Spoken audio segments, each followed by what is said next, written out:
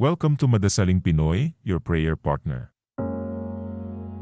Ngayon ay 25 ng Disyembre. Ang mabuting balita ng Panginoon ayon kay San Lucas. Noong panahong iyon, iniutos ng Emperador Augusto na magpatala ang lahat ng nasasakupan ng imperyo ng Roma. Ang unang pagtatalang ito'y ginawa ng si Cirenio, ang gobernador ng Syria. Kaya't umuwi ang bawat isa sa sariling bayan upang magpatala. Mula sa Nazaret, Galilea, si Jose pumunta sa Bethlehem, Judea, ang bayang sinilangan ni Haring David, sapagkat siya'y mula sa angkan at lahi ni David. Kasama niyang umuwi upang magpatala rin si Maria na kanyang magiging asawa na nooy gagampan.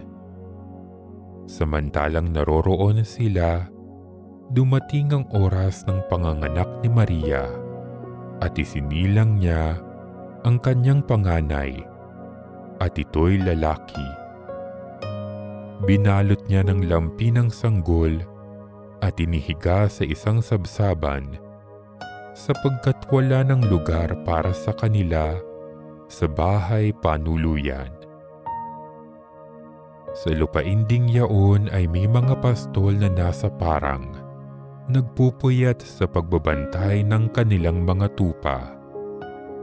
Biglang lumitaw sa harapan nila ang isang anghel ng Panginoon at lumaganap sa paligid nila ang nakasisilaw na kaningningan ng Panginoon.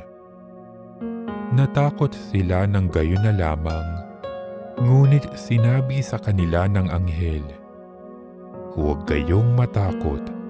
Ako'y may dalang mabuting balita para sa inyo na magdudulot ng malaking kagalakan sa lahat ng tao. Sapagkat isinilang ngayon sa bayan ni David ang inyong tagapagligtas, ang Kristong Panginoon. Ito ang palatandaan. Matatagpuan ninyo ang isang sanggol na nababalot ng lampin at nakahiga sa sabsaban." Biglang lumitaw sa tabi ng anghel ang isang malaking hukbo ng kalangitan na nagpupuri sa Diyos. Papuri sa Diyos sa kaitaasan at sa lupa ay kapayapaan sa mga taong kinalulugdan niya. Ang mabuting balita ng Panginoon.